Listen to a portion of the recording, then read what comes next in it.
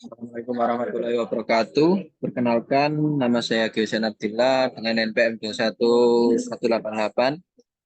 Ini saya akan menjelaskan beberapa materi tentang sistem informasi manajemen untuk kalebnya sendiri, yaitu Pak Dwi Sukma Gunaryanto, STMT. Kemudian ada laporan sendiri, ada Andre Prabaresmana, Eskom. Kemudian ada Mas Albert, kemudian Mbak Aulia Dita, kemudian Mbak Sania, Mas Yoga, Mbak Citra, Mbak Vina, kemudian ada Mas Ridwan. Untuk modul pertama sendiri yaitu HTML, kemudian modul 2 CSS, kemudian modul 3 ada PHP dan database, kemudian ada modul 4 yaitu hosting. Untuk modul 1 sendiri HTML itu kepanjangannya ya Hypertext Markup Language. Untuk pengertiannya sendiri adalah bahasa pemrograman standar atau dapat disebut sebagai bahasa markup yang digunakan untuk membuat halaman website. Dalam dunia pemrograman berbasis website, HTML menjadi fondasi dasar untuk pembuatan halaman website. Sebuah file HTML disimpan dengan ekstensi .html. HTML merupakan dasar dari sebuah website sehingga diperlukan bantuan CSS, PHP, dan JavaScript untuk membuat sebuah website yang dinamis.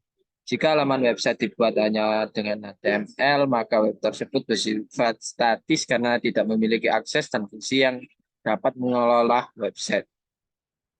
Dalam pengembangannya, HTML merilis versi terbaru dilengkapi dengan atribut dan tag terbaru. Saat ini ada 140 tag HTML berdasarkan HTML elemen. Perkembangan versi HTML yaitu HTML 1.0, 2.0, kemudian 3.0, kemudian 3.2, 4.0, dan HTML 4.0.1, 4.01. Versi terbarunya sendiri yaitu ada 5.0. HTML merupakan dasar dari pembuatan halaman website. Untuk fungsi-fungsi HTML membuat halaman website. Sebagai dasar website yang dibuat memiliki beberapa fitur, menandai teks pada suatu halaman website, menampilkan tabel, gambar, video, dan lainnya, dan kemudian menandai elemen dan membuat online form. Untuk elemennya sendiri ada atribut, value, opening tag, content, dan closing tag. Tag berikut adalah beberapa tag dari HTML, seperti ini. Kemudian ini adalah contoh penulisan tag HTML.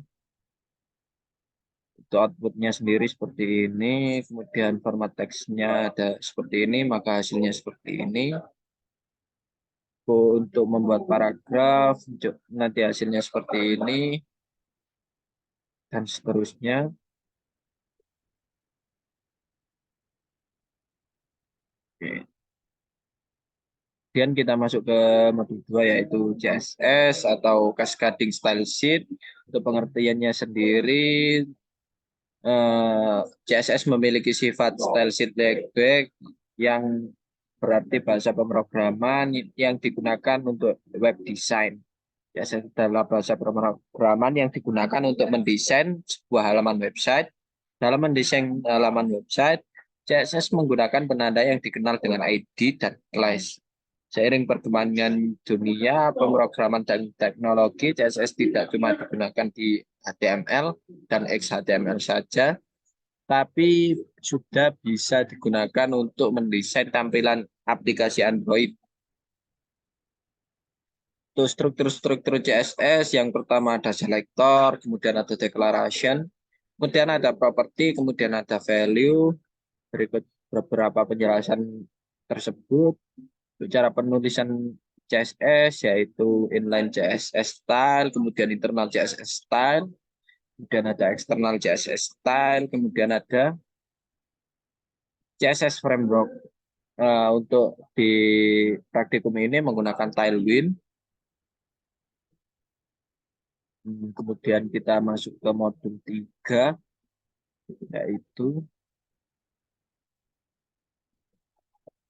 PHP dan database.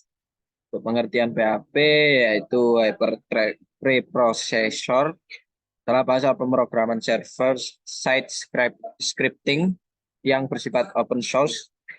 PHP banyak digunakan untuk pemrograman dan atau pengembangan website dengan bahasa pemrograman yang umum digunakan serta didukung hampir semua sistem. PHP pertama kali dikembangkan pada tahun 1995 oleh seorang software developer yang bernama Rasmus Petrov. Untuk sintak dasarnya sendiri yaitu opening seperti ini, kemudian output or more string, kemudian ada stringnya sendiri, kemudian ada closingnya, ada end statement. Untuk tipe-tipe data di PHP yaitu ada karakter, string, integer, float, boolean, dan objek array, kemudian ada null. Untuk percabangan ada percabangan if, else, kemudian else if. Untuk perulangan for, ada while, kemudian integrasi PHP dan HTML. Seperti ini. Di sini menggunakan MySQL adalah sistem database relasional open source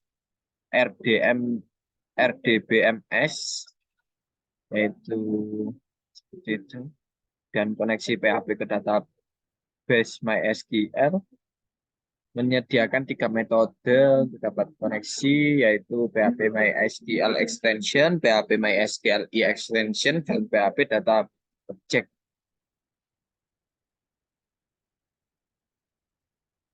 Untuk modul 4 sendiri yaitu hosting, website adalah suatu aplikasi yang berisikan dokumen-dokumen multimedia, yaitu teks, gambar, suara, animasi video. Kemudian ada domain sistem nama domain atau DNS, sesungguhnya adalah sistem global atau global addressing system yang membuat biasanya alat internet protokol atau IP yang tersusun atas angka menjadi nama domain. Dan ada hosting. Hosting merupakan tempat penyimpanan data file di mana di dalamnya meliputi kapasitas penyimpanan, bandwidth, yang merupakan sebuah kapasitas yang digunakan untuk mengukur jumlah pengunjung website serta database. Ada beberapa jenis hosting, yaitu share hosting, VPS, dedicated server, kemudian ada colocation server. Mungkin sekian presentasi dari saya, kurang lebihnya mohon maaf. Assalamualaikum warahmatullahi wabarakatuh.